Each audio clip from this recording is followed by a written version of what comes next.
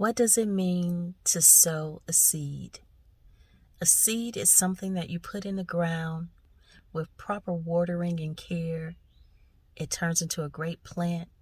It turns into some type of vegetation and it flourishes. What seed are you sowing? I feel the biggest seed that I sow is living my life for Christ. I have always, since giving my life over to God, have desired that through living my life this way, that someone will wonder, why is it that I'm so happy? How is it that I am so forgiving? How is it that I'm anything and it's all God?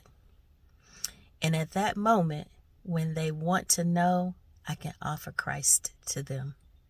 This was going to be my message anyway today, but when I found out that Pastor Charles Stanley had passed away, man, Pastor Stanley sowed a tremendous seed. For the longest time, when I would get up on Sunday mornings and prepare myself to go to my own church, I would prepare by listening to Pastor Stanley's awesome teacher. I wish his soul rest. What seed are you sowing?